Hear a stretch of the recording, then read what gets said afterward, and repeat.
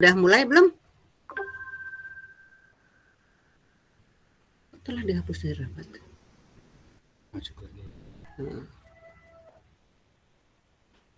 Ibu, saya nggak bisa ngomong, jadi saya ntar share screen aja. Oh, siapa tuh Soalnya yang kalau ngomong nggak bisa di share screen. Oh, jadi gimana sekarang? Assalamualaikum warahmatullahi wabarakatuh. Waalaikumsalam warahmatullahi wabarakatuh. Kami dari kelompok 2 ingin mempresentasikan tentang Darul Islam atau Tentara Islam Indonesia dari Jawa Barat dan Jawa Tengah. Yang pertama ada di Taulia, absen 8, terus Elizabeth, absen 9, Virus Laksana, absen 10, Giovanni Yusuf, absen 11, dan Gina Nasuha, absen 12.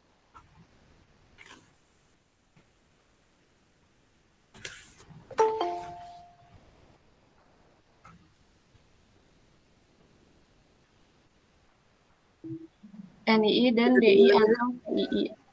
NII atau Negara Islam Indonesia artinya adalah Rumah Islam, adalah kelompok Islam di Indonesia yang bertujuan untuk membentuk negara Islam di Indonesia dengan agama Islam sebagai dasar negara. Hukum yang berlaku dalam negara Islam Indonesia adalah hukum Islam, tertulis dalam proklamasinya. Dalam undang-undangnya dinyatakan bahwa negara berdasarkan Islam dan hukum yang tertinggi adalah Al-Quran dan Sunnah. Terbentuk di daerah Tasikmalaya oleh Kartosuwiryo pada tanggal 7 Agustus 1949. Memiliki gerakan yang dinamakan Darul Islam atau DI, sedangkan tentaranya disebut Tentara Islam Indonesia atau TII. Latar belakang. Kartosuwiryo mendirikan NII bukan untuk melakukan pemberontakan atau menyebabkan terjadinya disintegrasi nasional. NII berdiri karena pada tahun 1948 Indonesia terikat dengan perjanjian Renville yang membuat Jawa Barat masuk ke dalam bagian wilayah Belanda. Kesepakatan tersebut menimbulkan awal kekecewaan rakyat terhadap pemerintah yang disusul dengan pemberontakan di beberapa daerah.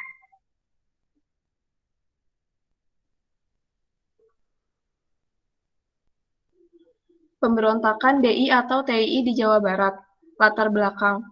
Ketidakpuasan Kartosuwiryo terhadap kemerdekaan Republik Indonesia yang masih dibayang-bayangi oleh kehadiran Belanda yang ingin berkuasa lagi. Pada perundingan Renville pada 7 Januari 1948 antara pihak Indonesia dan Belanda, kubu Kartosuwiryo menganggap pemberian wilayah Jawa Barat sebagai bagian Belanda bukan arti kemerdekaan sebenarnya. Bahkan, kebijakan tersebut membawa Kartosuwiryo mengklaim Jawa Barat bukan bagian Indonesia lagi. Dalam Darul Islam, suatu pemberontakan 1955, C. Van Dijk menerangkan saat itu Kartosuwiryo bertemu dengan Raden Oni dari Laskar Sabilah Tasikmalaya. Mereka berniat mempertahankan Jawa Barat bersama Sabilillah dan Hizbullah.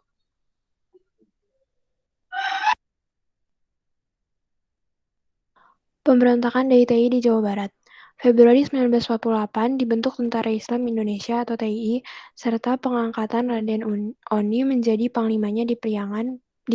Penetapan ini terjadi dalam pertemuan di Desa Pangwedusan, Cisayong, Tasikmalaya. Laskar Hizbullah Sabilillah dan Gerakan Pemuda Islam Indonesia atau GPII hadir di forum tersebut. Upaya pendirian NII di Jawa Barat tercium oleh pemerintah Indonesia. Kartosuwiryo dan kawan-kawan rupanya tidak mendapatkan informasi terbaru terkait perkembangan kedaulatan Indonesia setelah perundingan Romeroen dan konferensi meja bundar. Tokoh Islam Indonesia Muhammad Natsir yang nantinya menjabat sebagai Perdana Menteri mengungkapkan ia ditugaskan oleh Presiden Soekarno untuk mengirim surat kepada Kartosuwiryo perihal perkembangan kondisi terbaru. Namun surat yang ditulis tanggal 4 Agustus 1959 itu tidak sampai seperti yang diperkirakan. Hasil proklamasi negara Islam Indonesia lantaran tidak tahu perkembangan yang terjadi, ketidakpuasan Kartosuwiryo akhirnya mencapai puncak. Proklamasi hadirnya NII sebagai negara dikumandangkan di Cisayong, Tasikmalaya, Jawa Barat, tanggal 7 Agustus 1949. NII dalam maklumat pemerintah nomor 11 7 menuliskan bahwa 17 Agustus 1945 atau Hari Kemerdekaan Indonesia adalah akhir masa kehidupan bangsa Indonesia. Kartosuwiryo telah memantapkan langkahnya untuk mengklaim seluruh wilayah Indonesia sebagai kekuasaan NII. Sahabat masa remaja Soekarno ini merangkai konsep bentuk dan sistem pemerintahan baru dengan dirinya sebagai imam negara. NII bertahan belasan tahun dengan cara gerilya di hutan-hutan di Tanah Sunda untuk mempertahankan diri dari kejaran militer Republik Indonesia. Namun gerakan ini ternyata meresahkan masyarakat. Akhir pemberontakan DITI di Jawa Barat. NII ternyata bukan hanya berperang melawan TNI, namun juga bertindak semena-mena hingga mulai timbul perasaan curiga antara ulama, pemerintah, dan masyarakat. Akhirnya menimbulkan peristiwa fitnah. Guna menanggulangi pemberontakan dari DITI di Jawa Barat, pemerintah mengeluarkan Peraturan Nomor 59 Tahun 1958 yang berisikan tentang penumpasan DITI. Salah satu caranya adalah dengan menurunkan pasukan Kodam Siliwangi dan menerapkan taktik pagar betis. Taktik pagar betis ini dilakukan dengan menggunakan tenaga rakyat dengan jumlah ratusan ribu untuk mengepung tempat persembunyian DITI. Tujuan lain dibentuknya pagar betis yaitu untuk mempersempit ruang gerak DITI. Selain pagar betis, operasi lain yang juga dilakukan oleh Kodam Siliwangi yaitu Operasi Bratayuda. Operasi ini dibentuk untuk menemukan tempat persembunyian sang Imam NII Kartosuwiryo. Setelah melalui perjalanan panjang untuk mencari Kartosuwiryo, dirinya berhasil dibekuk hidup-hidup oleh Letda Suhanda, pemimpin Kompi C Batalion 328 Kujang II Siliwangi. Pada 5 September 1966, Kartosuwiryo dibawa ke salah satu pulau di Kepulauan Seribu, dekat Teluk Jakarta. Tepat pukul 5.50 WIB, Kartosuwiryo dihukum mati, dan itulah akhir perlawanan DITI di Jawa Barat. Pemberontakan DITI di Jawa Tengah.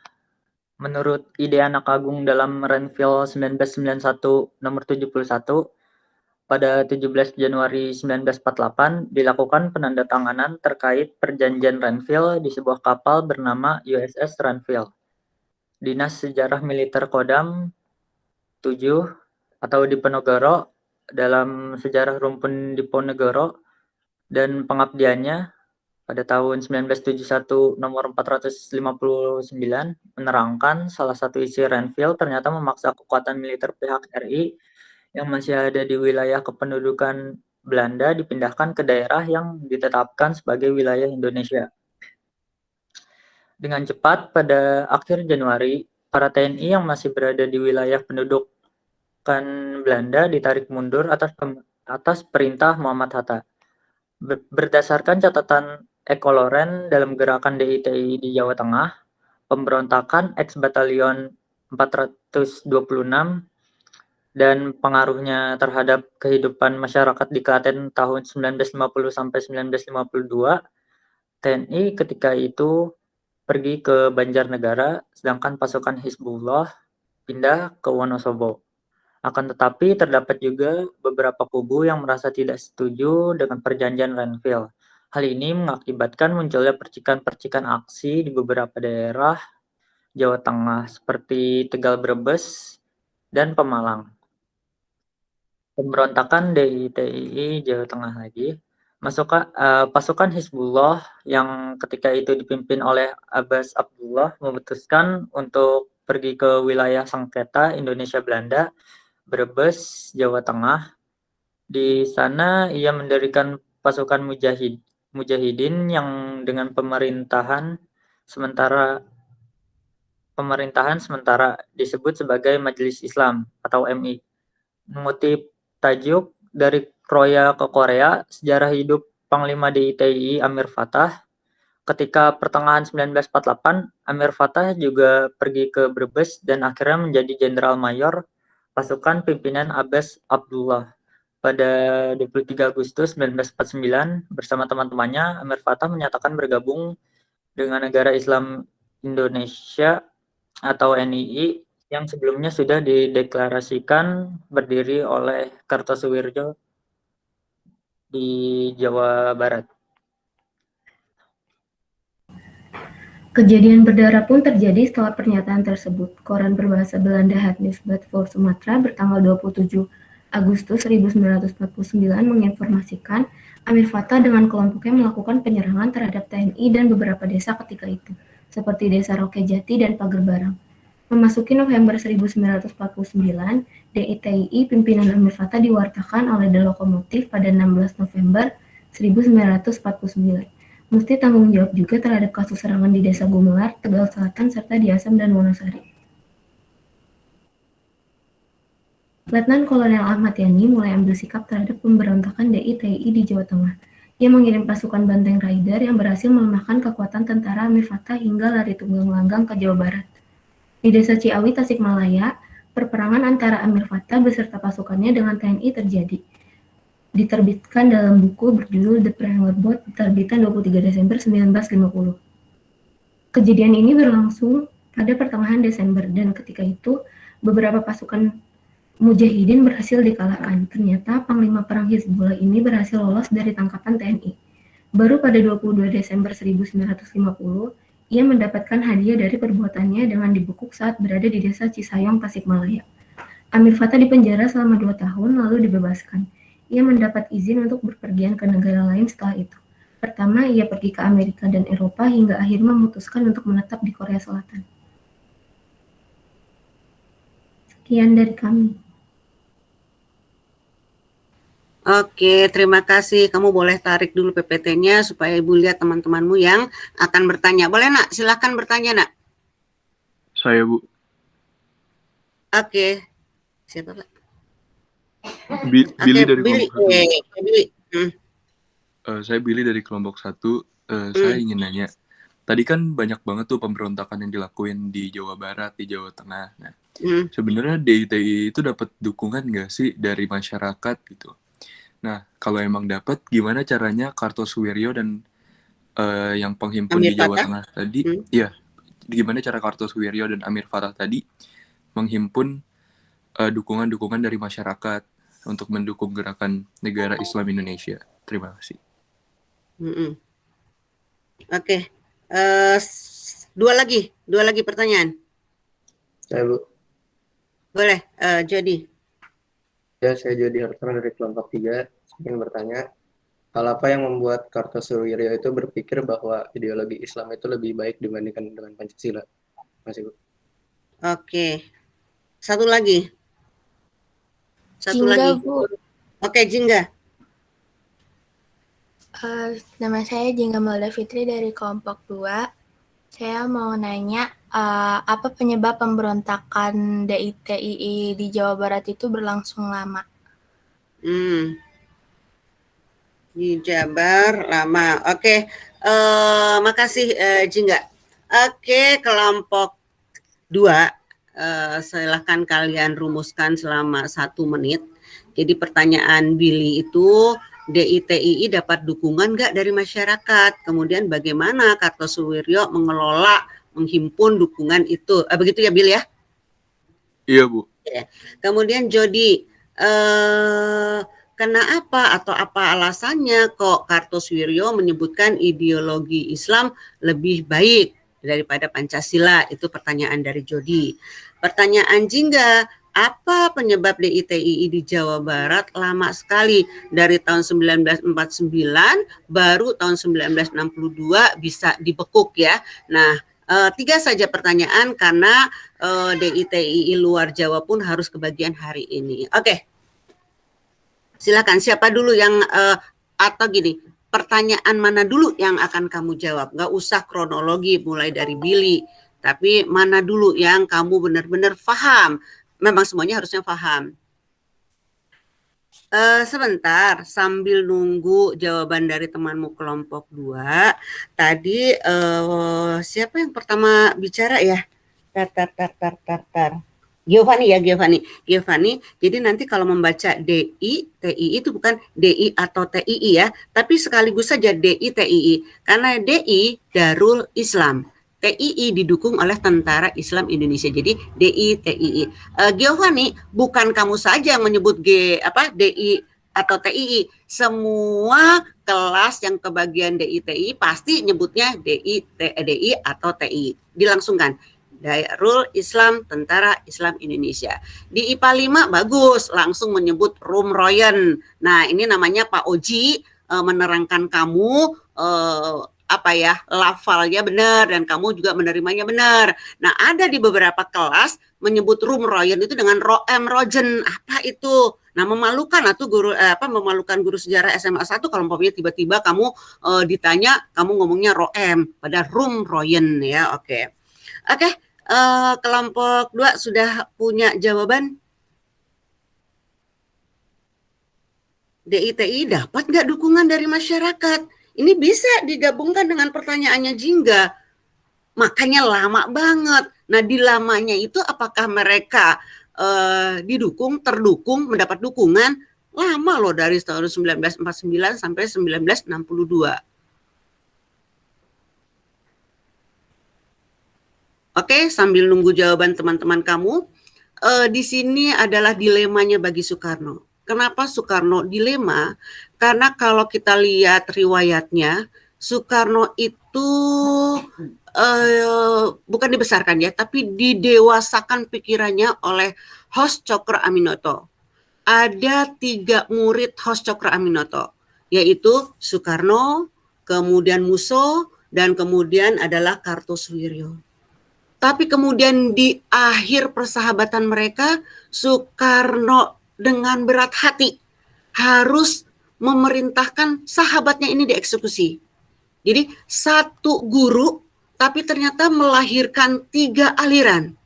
Soekarno dengan nasionalismenya yang tinggi, untung tidak sampai chauvinisme ya. Kemudian Kartosuwiryo dengan Islam yang tinggi, walaupun Hos Cokro Aminoto juga mengajarkannya dengan dasar Islam. Ingat, Hos Cokro Aminoto adalah syarikat Islam ya. Kemudian Musso akhirnya merubah dari Islam menjadi pikirannya lebih banyak ke komunismenya. Nah, jadi itulah yang membuat dilema Soekarno, karena sahabat-sahabatnya sendiri yang pernah satu rumah, satu kosan di rumah Hos Cokro Aminoto harus dia perintahkan dieksekusi mati. Nah, coba kamu bayangkan kalau kamu sebagai pimpinan punya sahabat-sahabat di IPA 5 yang kemudian kamu harus perintahkan dieksekusi oleh lisannya kamu, oleh perintahmu. Oke, Ibu udah berpanjang lebar. Silakan, Neng. Yang mana dulu, Neng? Kang? Pertanyaan Billy kah? Pertanyaan Jody kah? Pertanyaan Jingga kah? Siapa dulu yang mau menjawab? Atau ada jubirnya?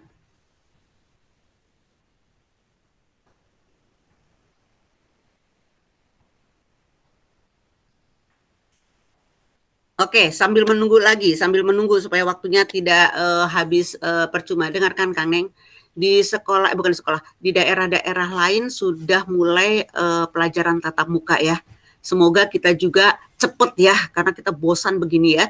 Nah, nanti umpamanya nih, Ibu sih nggak tahu kapan SMA 1 atau Tangerang tatap muka, tapi kemarin Ibu jalan-jalan ke kabupaten, ada loh anak-anak beberapa keluar pakai seragam, oh itu mereka sudah PTM. Nanti umpamanya diskusi ini belum berakhir nih, ya, tapi kita harus PTM. PTM itu tidak semua siswa belajar, tapi sebagian-sebagian 50%. Nanti kalau diskusi ini belum berakhir, biarlah umpamanya ganjil dulu, yang maju ganjil aja. Teman-temannya mungkin hanya 1 grup, hanya 2, tapi kamu bisa mendiskusikan. Yang lainnya di rumah. Dan ketika di rumah, minggu depannya kamu belajar lagi dengan tatap muka, itu tidak membicarakan hal yang minggu lalu kamu di rumah. Jadi sudah baru. Jadi di rumah kamu baca sendiri, baru minggu depannya kamu dapat pelajaran yang baru. Kalau umpamanya kita ngajar 2 kali tetap itu saja, habis waktu kita, nggak sampai ke kurikulum yang diinginkan. Ayo Neng, udah Neng, segera Neng. Karena nih DI luar Jawa juga harus bicara hari ini, jangan kelamaan. Dit, Elizabeth, Fairuz, Geo, Gina.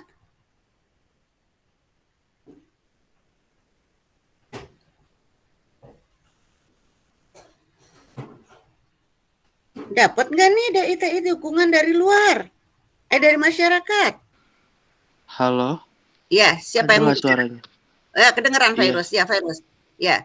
Ya udah, aku mau jawab yang Billy dulu. Tadi kan pertanyaan Billy itu DITII dapat dukungan nggak dari masyarakat? Bagaimana mereka menghimpun dukungan tersebut? Bentar. Jadi karena masyarakat Indo itu kan mayoritas Islam. Terus pada saat itu pemerintahan Indonesia berbentuk serikat dan dipimpin oleh Soekarno yang merupakan anggota PKI, dan rakyat berpihak pada Kartosuwiryo untuk mewujudkan negara yang makmur dan dalam ridha Allah. Jadi kesimpulannya ada ya, dapat dukungan ya, Fairuz? Iya. Oke. Jadi Billy, kata kelompok 2 ini ada dukungan. Ya, dapat dukungan, makanya lama gitu ya. Oke. Ibu tambahkan sedikit ya Fairuz ya, supaya udah betul kamu memang dapat dukungan, tapi ceritanya begini Bill. Dapatkah dukungan kok sampai begitu lama? Dapat. Karena apa Billy dan kawan-kawan? Ketika perjanjian Renville tadi dibicarakan ya, ketika perjanjian Renville itu menetapkan bahwa wilayah Jawa Barat itu adalah daerah kekuasaan Belanda, nah Kartosuwiryo Divisi Siliwangi yang tentara di wilayah Jawa Barat harus long march. Karena bukan daerah dia lagi, bukan daerah Republik Indonesia. Jadi si Divisi Siliwangi, Tentara Nasional Indonesia di Jawa Barat harus long march, pergi ke daerah Indonesia. Di mana? Itu di Yogyakarta dan daerah Jawa Tengah. Nah, Bill, ketika ini kosong, si tentara Indonesia di Jawa Barat kosong, dan Jawa Barat adalah tempat tinggalnya Kartosuwiryo, Kartosuwiryo melakukan pengusiran Belanda dengan kawan-kawannya sendiri. Nah, akhirnya masyarakat simpati. Lah, kok hanya kelompok Kartosuwiryo saja yang mengusir Belanda? Mana nih tanggung jawab TNI? Banyak masyarakat yang tidak paham politik bahwa pada waktu itu memang daerah Jawa Barat sudah dikuasai dan si tentara kita sedang ke wilayah Yogyakarta. Nah, dimanfaatkan ini oleh Kartosuwiryo. Kartosuwiryo memerangi, mengusir Belanda sendiri. Akhirnya masyarakat banyak yang simpati kepada Kartosuwiryo. Bill, itu masyarakat Indonesia. Billy, ingat, Belanda itu kan inginnya mengadu domba ya. Nah, si Belanda yang ingin mengadu domba ini memanfaatkan, dia ingin menjatuhkan Soekarno. Dimanfaatkanlah gerakan Kartosuwiryo ini dengan cara apa? Banyak pengusaha-pengusaha perkebunan ini memberikan senjata, memberikan makanan ke kelompoknya Kartosuwiryo. Makanya kuatlah Kartosuwiryo. Sampai sebelum sebelum TNI datang kembali ya. Jadi, adakah dukungan masyarakat? Banyak. Karena simpati dengan gerakannya. Dan juga banyak dari pengusaha-pengusaha Belanda, pengusaha-pengusaha perkebunan banyak sekali di Jawa Barat ya, itu memberikan dukungan makanan, senjata. Karena apa? Pikiran orang Belanda, bagus nih Kartosuwiryo. Kalau Kartosuwiryo menang, nah Soekarno tidak ada, baru kita jatuhkan Kartosuwiryo. Itu taktiknya Belanda. Jadi Bill, ada dukungan itu. Jangankan dari masyarakat Indonesia, dari pihak yang sedang diusir pun didukung. Tujuannya apa? Menjatuhkan Soekarno, mengangkat Kartosuwiryo. Umpamanya nanti Soekarno jatuh, baru si Kartosuwiryo didepak lagi oleh si Belanda. Itu kelicikannya Belanda, Billy. Oke ya Bill ya, itu jawabannya ya Bill ya, ada dukungan ya Bill ya. Iya, kasih Bu. Oke, Bill. Tapi dengarkan, dukungan ini tidak selamanya. Ketika tentara Indonesia datang, kemudian akhirnya berubah pikiran yang namanya Kartosuwiryo, akhirnya dia menyerang TNI. Nah, sekarang masyarakat akhirnya pro kepada TNI. Karena si Kartosuwiryo akhirnya mengacau penduduk. habis makanan dia nyuri-nyuri ke daerah penduduk dengan cara kekejaman. Nah, akhirnya ketika TNI datang, si masyarakat yang awalnya mendukung akhirnya berubah kepada TNI dan dialah yang melakukan taktik pagar betis. Tadi disebutkan ya, ratusan ribu turut taktik pagar betis karena akhirnya ngaco siapa sih DITI ini. Makanya akhirnya disebut oleh pemerintah gerombolan gitu. Oke, makasih pertanyaannya Bill dan jawabannya Virus. Ada dua lagi pertanyaan. Hal apa sehingga menyebutkan kalau Islam itu lebih bagus daripada ideologi Pancasila? Makanya tadi disebutkan dalam PPT ajarannya atau dasarnya adalah Quran dan hadis. Pancasila enggak, Quran dan hadis saja. Bentuknya itu jumhuriyah, bukan republik. Jumhuriyah republik, tapi gaya Islam. Tentaranya Hizbullah Sabilillah. Itu jadi semua terdengar Islam. Oke, dua lagi nih.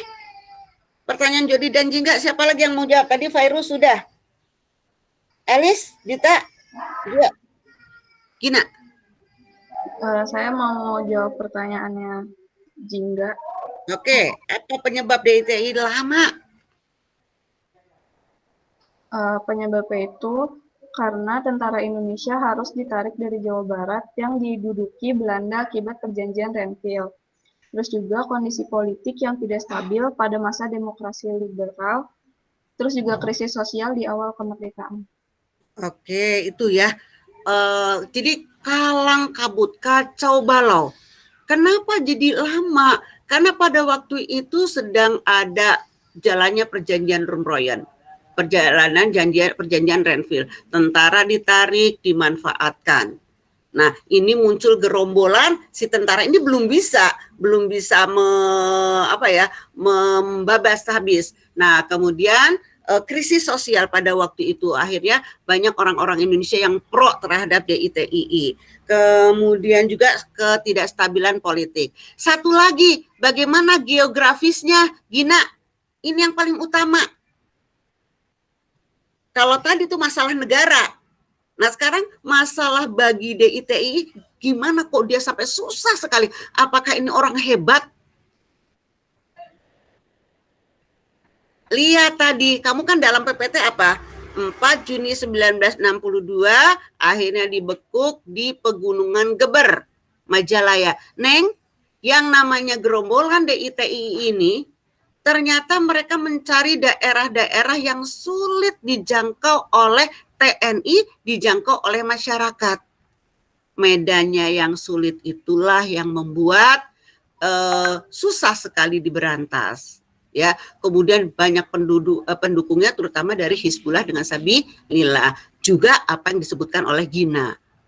Tentara TNI pada waktu itu tidak di tempat, sulit sekali.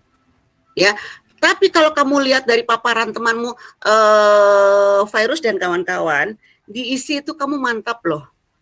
Kronologinya bagus, jelas, ya, komplit.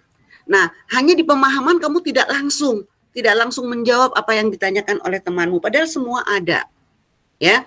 Jadi kenapa sulit? Karena medannya, dia larinya ke gunung-gunung. Makanya akhirnya pemerintah melakukan apa?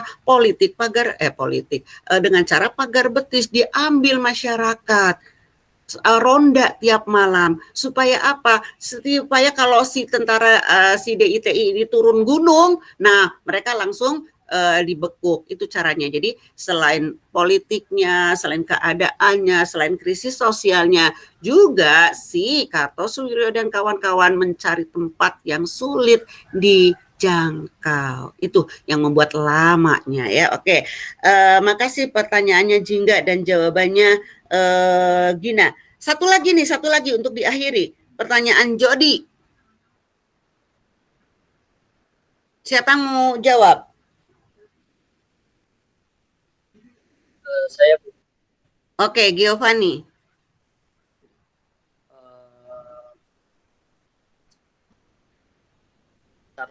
Sebentar, Bu.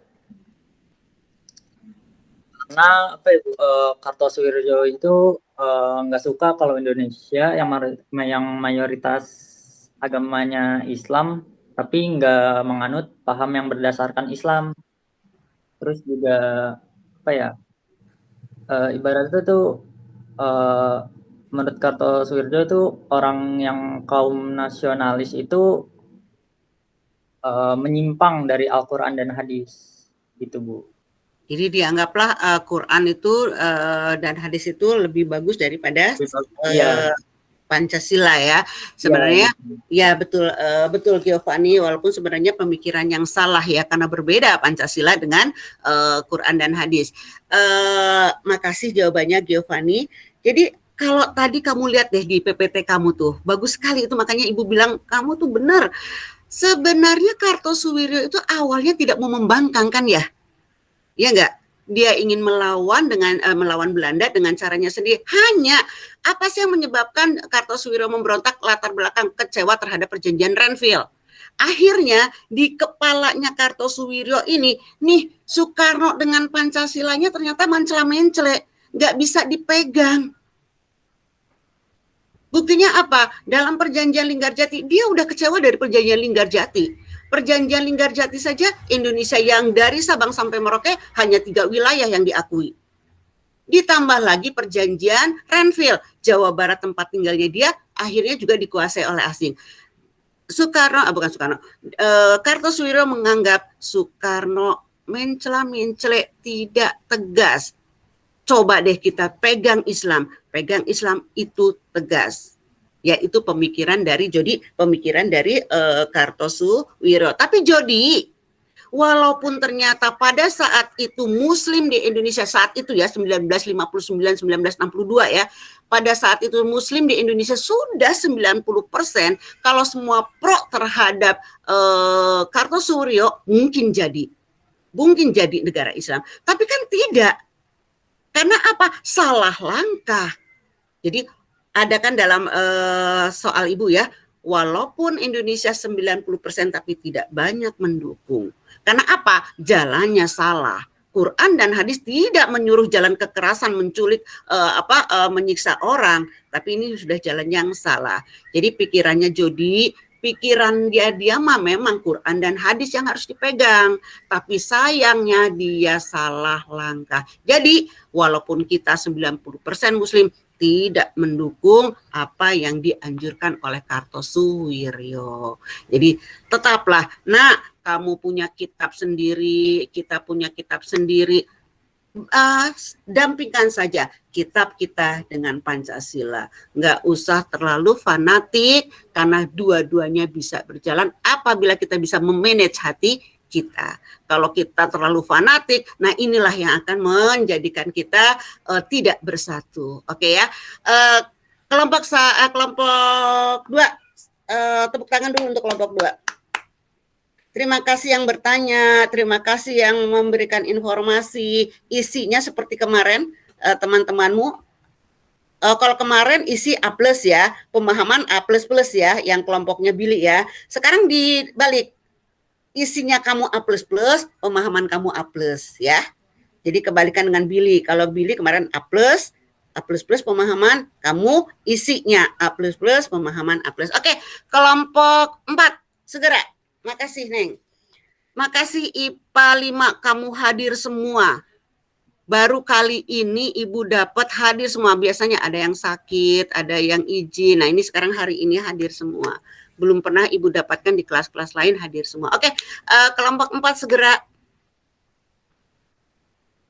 Kelompok 4 kita ke luar Jawa ya. Ihsan, Jingga, Jody, Joyce, Halisa. Kamu dengarkan kembali, kamu tanyakan kembali.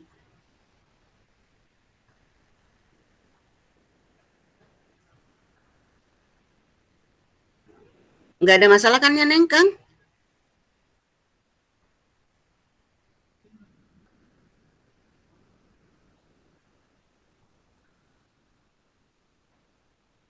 Ya ini kan kendalanya kalau kita pakai ini ya, pakai PJJ jarak jauh ya.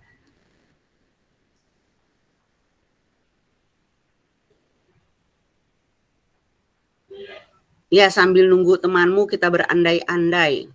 Andai nanti kita PTM ya. Jadi benar-benar benar-benar prokes itu kamu laksanakan ya, supaya jangan sampai baru masuk ada lagi yang sakit ya. Oke, sudah mulai. Ya, gerak cepat saja, Neng. Oh, tinggal Jingga ya. Jingga Jody. Nah, nanti harus ada pengganti penanya ya. Jingga Jody di sini ada. Nah, kamu ganti nanya mereka. Udah, Bu. Ya, udah kelihatan. Neng, segera, Neng.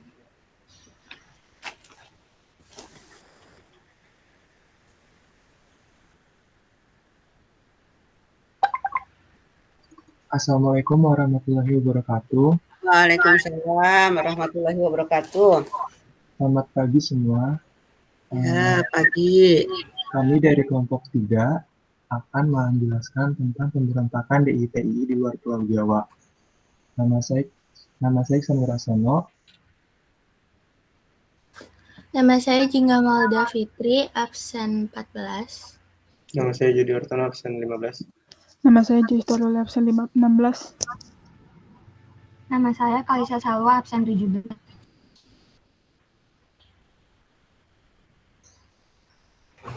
Yang pertama tentang pengertian DITII.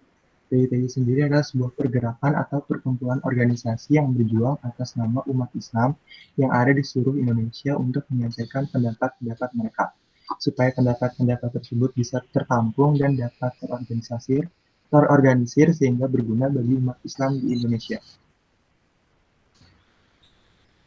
Lalu tujuan utama dari pemberontakan Darul Islam atau Tentara Islam Indonesia atau DITI itu adalah mendirikan negara dengan dasar syariat Islam di Indonesia.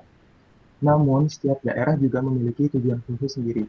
Misalnya di Aceh, pemberontakan DITI bertujuan mengembalikan otonomi Provinsi Aceh yang sebelumnya dihapus dan digabung dengan Provinsi Sumatera Utara. Penyebab NII berdiri karena pada tahun 1948 Indonesia terikat dengan perjanjian Renville yang membuat Jawa Barat masuk ke dalam bagian Belanda. Kartosuwiryo tidak bersedia pindah dan malah membentuk Tentara Islam Indonesia. Kosongnya kekuasaan RI di Jawa Barat segera dimanfaatkan Kartosuwiryo. Meski awalnya ia memimpin perjuangan melawan Belanda dalam rangka menunjang perjuangan RI, namun akhirnya perjuangan tersebut beralih menjadi perjuangan untuk merealisasikan cita-citanya. Cikal bakal pemberontakan DITI yang meluas di beberapa wilayah Indonesia bermula dari gerakan ini.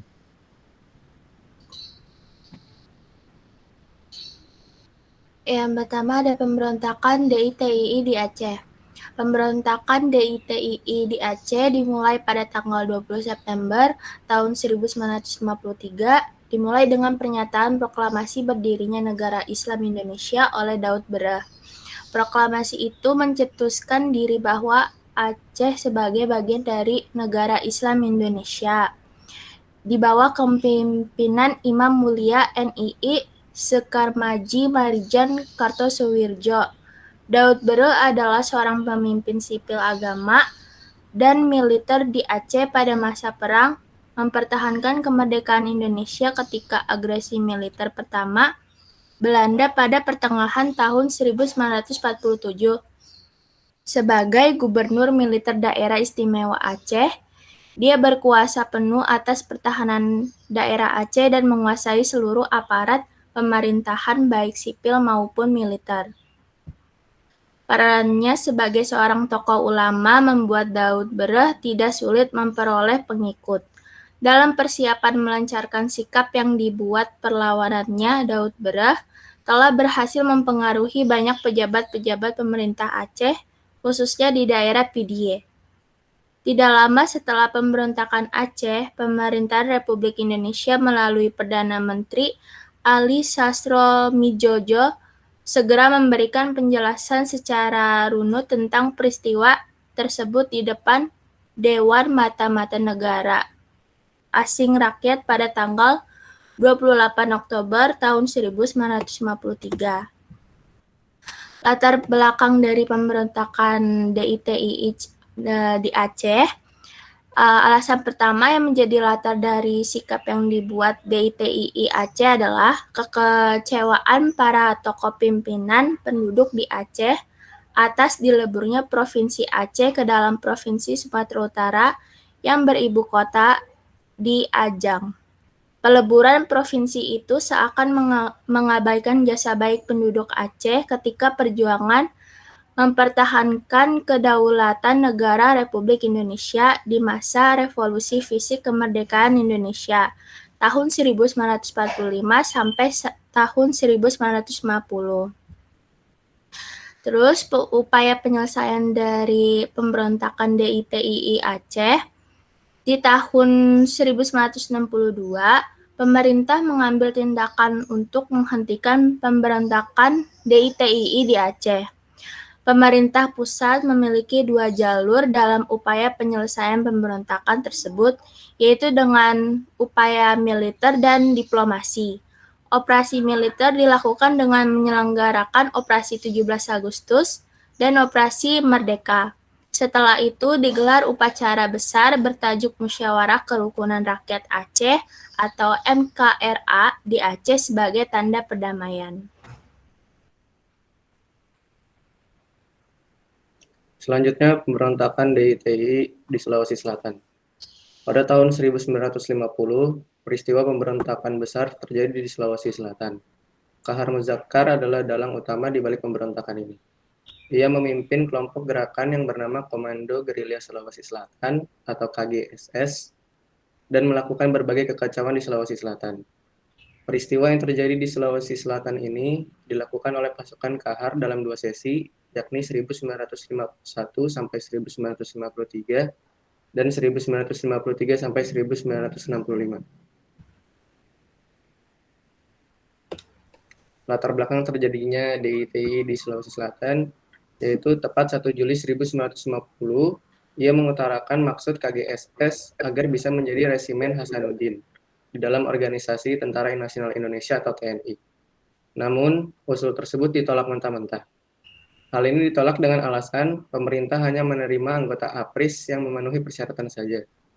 Pada 20 Januari 1952, Kahar Muzakkar memutuskan untuk bergabung dengan DITII. Pada 7 Agustus 1953, ia mengumumkan jika Sulawesi Selatan dan daerah sekitarnya merupakan bagian dari negara Islam Indonesia. Pas 1 Juli 1950, ia mengutarakan maksud KGSS agar bisa menjadi resimen. Bukan udah. Slide selanjutnya. Kronologinya, ia membangun negara yang disebut beragama Islam, namun hanya bisa bergerak dengan cara bergerilya di hutan. Saat itu, kelompoknya disebut Republik Persatuan Islam Indonesia atau RPII dan bermarkas di Gunung Latimojong, Nrekang, Sulawesi Selatan. Mereka bersembunyi di balik rimbunnya hutan-hutan hingga sulit ditemukan oleh pasukan yang ingin menumpas.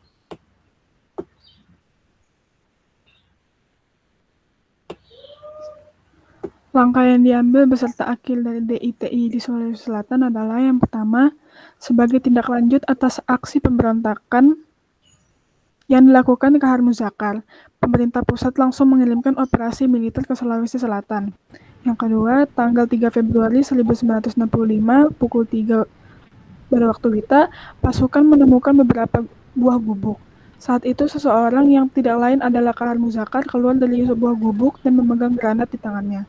Yang ketiga, sontak Ilisadeli Kopral II Siliwangi menembakkan peluru panasnya tepat ke arah dada Kahar Muzakkar. Di waktu itu juga pemimpin RPII tersebut tumbang bahkan hingga menemui ajalnya. Peristiwa DITII di Kalimantan Selatan. Pemberontakan DITII di Kalimantan Selatan bermula dari kegagalan pejuang kedaulatan yang berasal dari Kalimantan Selatan untuk bergabung di Tentara Indonesia saat itu yang bernama APRIS atau Angkatan Perang Republik Indonesia Serikat. Banyak mantan pejuang yang tidak dapat masuk tentara karena disebabkan tidak bisa baca tulis, termasuk Ibnu Hajar sendiri. Mereka semua juga kecewa dengan adanya mantan tentara KNIL atau Tentara Hindia Belanda di APRIS. Pemberontakan ini juga dilatar belakangi oleh kekecewaan pasukan tentara yang harus didemobilisasi atau mendapatkan posisi yang tidak sesuai dengan keinginan mereka. Hal ini menyebabkan perasaan tidak adil bagi para pejuang kemerdekaan. Pada bulan Oktober 1950 hingga 1963, terjadi sebuah pemberontakan Kesatuan Rakyat yang Tertindas atau KRYT yang dipimpin oleh seorang mantan letnan 2 TNI bernama Ibnu Hajar. Dengan pasukan yang dinamakan Kesatuan Rakyat yang Tertindas, Ibnu Hajar menyerang pos-pos kesatuan tentara di Kalimantan Selatan dan melakukan tindakan-tindakan pengacauan pada bulan Oktober 1950. Untuk menumpas pemberontakan Ibnu Hajar ini, pemerintah menempuh upaya damai melalui berbagai musyawarah dan operasi militer. Pada saat itu, pemerintah Republik Indonesia masih memberikan kesempatan kepada Ibnu Hajar untuk menghentikan petualangannya secara baik-baik, sehingga ia menyerahkan diri dengan kekuatan pasukan beberapa peleton dan diterima kembali ke dalam Angkatan Perang Republik Indonesia. Tetapi setelah menerima perlengkapan Ibnu Hajar melarikan diri lagi dan melanjutkan pemberontakannya, dan pada akhir tahun 1954, Ibnu Hajar membulatkan tekadnya untuk masuk ke negara Islam.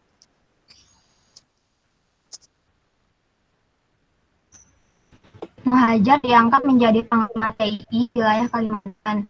Pembuatan ini dilakukan lebih dari 1 kali, sehingga akhirnya pemerintah memutuskan untuk mengambil tindakan tegas dengan cara mengadakan gerakan operasi militer atau GOM yang dikirim ke Kalimantan Selatan untuk menumpas pemberontakan yang terjadi di Kalimantan Selatan tersebut untuk menggempur gerombolan Ibnu Hajar.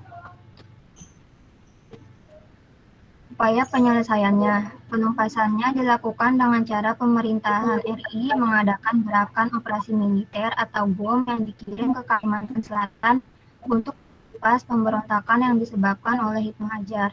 Dan pada tahun 1959, Ibnu Hajar berhasil diringkus dan dijatuhi hukuman mati pada tanggal 22 Maret 1965.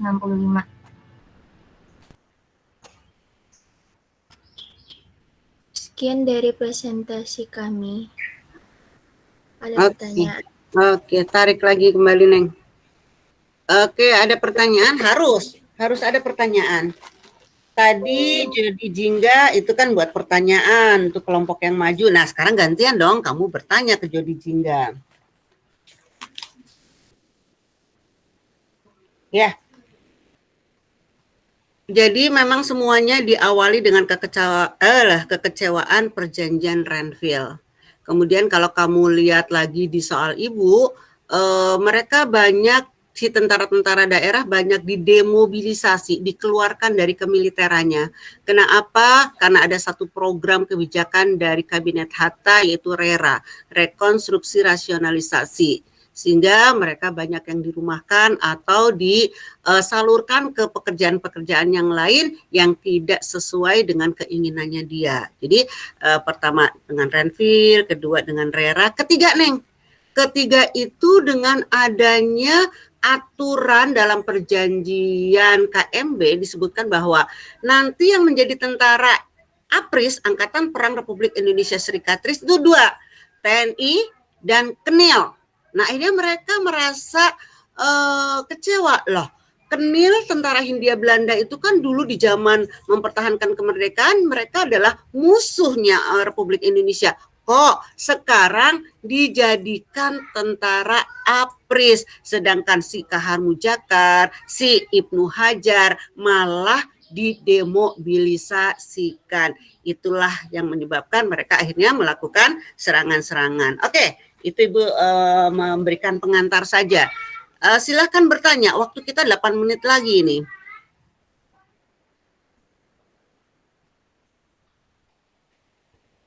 Ya. Absen jangan lupa. Ya, absen jangan lupa ya, ada 3 orang lagi ya. Akbar, kamu belum absen GCR. Joyce, kamu belum absen GCR. Rino juga belum. Ayo, bertanya dulu. Bu, saya ingin bertanya, Bu. Boleh, Naswa. Apa pertanyaan Naswa?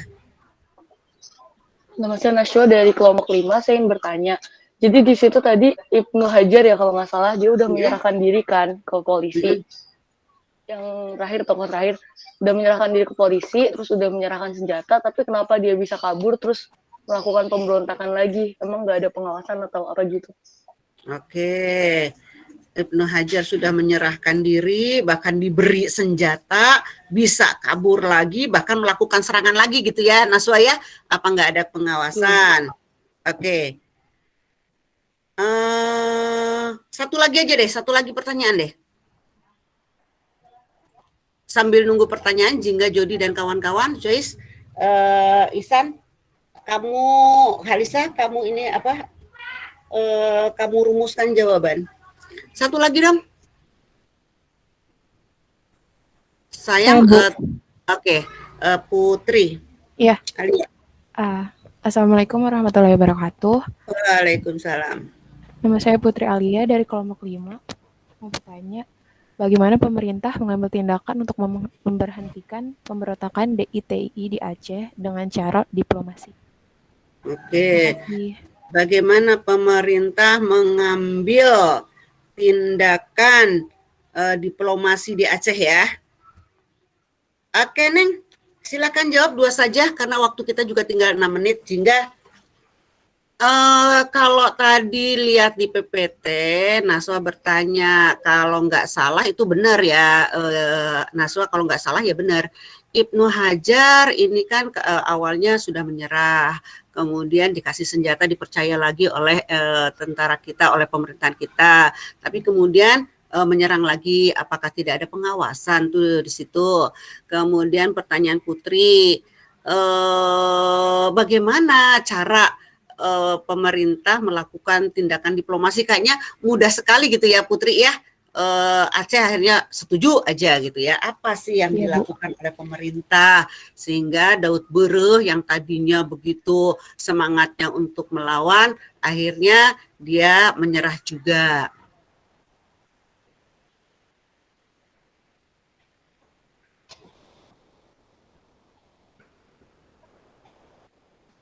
Ya.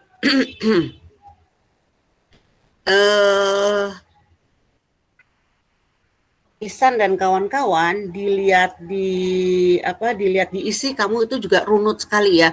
Kamu nggak melenceng kemana-mana, ringkas tapi padat dengan informasi. Jadi Ibu juga kasih A++ ya. Nah, coba nih di pemahaman kamu harus bisa menjawab dengan lancar. Jadi A++ juga. Tadi Virus sudah A++, hanya sayangnya lama ketika menjawab. Nah, jadi Ibu kasih A+ saja walaupun kamu paham, tapi Ibu kasih A+. Nah, coba sekarang. Bu, saya izin menjawab yang total, Bu. Oke. Nah, jadi melakukan diplomasi itu pemerintah mengirimkan utusan-utusan khusus untuk berdialog dengan pihak pemberontak, khususnya dengan Tengku Muhammad Daud Bereuh. Akhirnya dengan negosiasi ini disepakati status otonomi yang khusus bagi Aceh, yaitu dengan terbentuknya daerah istimewa Aceh dengan kebebasan menjalankan unsur-unsur syariat Islam di dalamnya. Terus berakhir Bu pemberontakan. Iya. Nah, jadi tepat sekali jawabannya ya dari Ihsan ya. Putri, bagaimana caranya kok begitu saja langsung tunduk? Dijanjikan kembali bahwa di tahun 1962 itu ya berakhir ya, dilakukan musyawarah kerukunan rakyat Aceh, dijanjikan bahwa memang Aceh tidak sama dengan provinsi-provinsi lainnya. Makanya Aceh disebut Serambi Mekah karena keislamannya itu sangat kuat dibanding katanya dengan daerah-daerah lainnya. Jadi Soekarno dan kawan-kawan menjanjikan Aceh akan didirikan menjadi daerah istimewa Aceh dan boleh menjalankan syariat Islam. Akhirnya padam itu yang namanya pemberontakan. Jadi tidak terlalu lama dengan Opmil. Ya walaupun Daud Bereuh tetap dimahmilukan karena dia juga mengakui kesalahannya, jadi hanya beberapa tahun saja dipenjarakan kemudian dibebaskan kembali. Makasih Ihsan, jawaban yang tepat ya. Diberi janji dan memang ditepati, dijadikanlah Aceh menjadi daerah istimewa Aceh dengan syariat Islam sebagai pedoman pemerintahannya. Oke, sekarang tinggal pertanyaannya Naswa. Bu, izin jawab pertanyaan Naswa. Oke. Jadi tadi pertanyaan Naswa, kenapa dia kabur lagi? Jadi Ibnu Hajar ini semacam tidak mau masuk, sebenarnya nggak mau masuk ke Angkatan Perang Republik Indonesia. Cuman dia masuk untuk memanfaatkan kepercayaan mereka. Jadi mereka pas udah masuk, Ibnu Hajar pas udah masuk, mereka ngambil kepercayaan, ngambil senjata. Pas mereka udah dapat kepercayaannya, dia sengaja kabur gitu. Buat dia berontak sendiri. Jadi dia cuma memanfaatkan kepercayaannya aja, bukan emang ada niatnya masuk ke Perang Republik Indonesia-nya.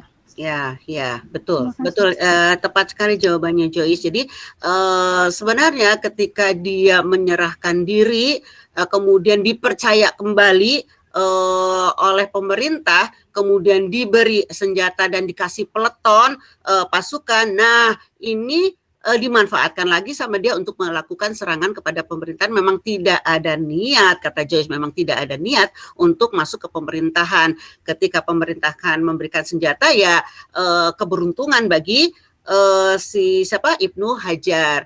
Nah, Joyce sedikit lagi deh untuk menyempurnakan A+-nya kamu. Tadi Naswa belum terjawab, apa nggak ada pemantauan ya Naswa ya, apa nggak ada pengawasan tuh dari pemerintah pada waktu itu? Nah, kamu lihat suasana pada waktu itu Joyce untuk menjawab. Ihsan dan kamu sudah menjawab dengan tepat, langsung. Apa nggak ada pengawasan kok bisa? Kayaknya Bu kan udah dikasih, kan udah dapat kepercayaan gitu Bu. Jadi ya udah dipercayain aja, jadi ya udah. Jadi pemerintah tidak tahu ya, tidak tahu kalau dia akan melakukan hal itu lagi. Dia sudah bersumpah, dia akan kembali ke Republik Indonesia Serikat untuk melakukan penjagaan keamanan ya. Kemudian pemerintah juga pada waktu itu tidak hanya mengawasi Ibnu Hajar, banyak sekali kan.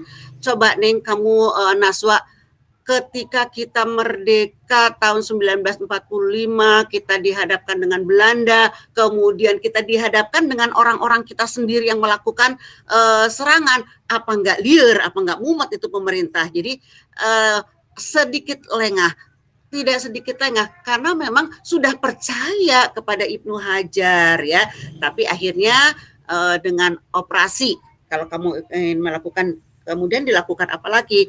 Kalau tadi Kahar Bujakar dengan operasi militer tegas, nah kalau ini dengan melakukan opmil sadar.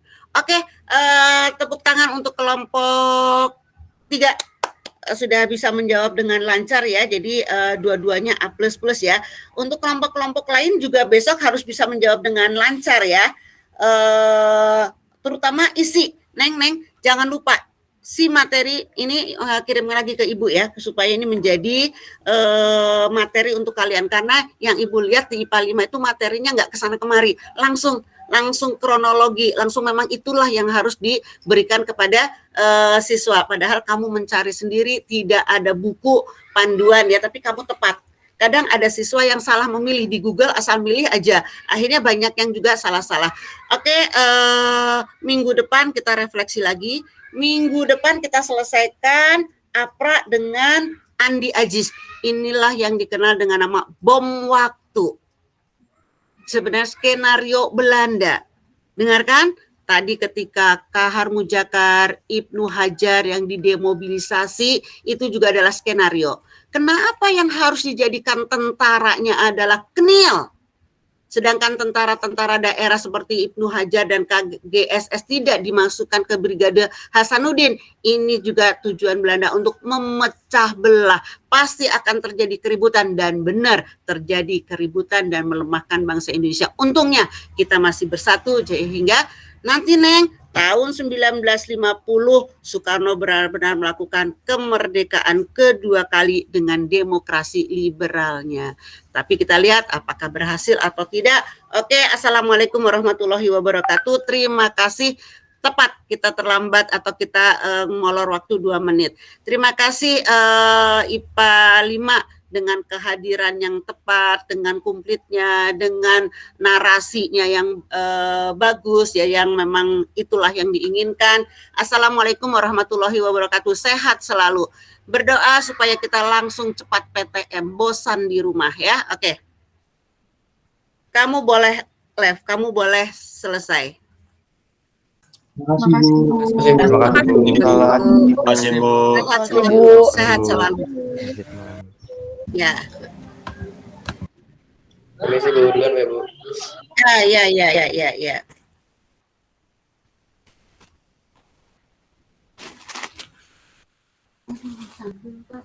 Ini mau masak dulu.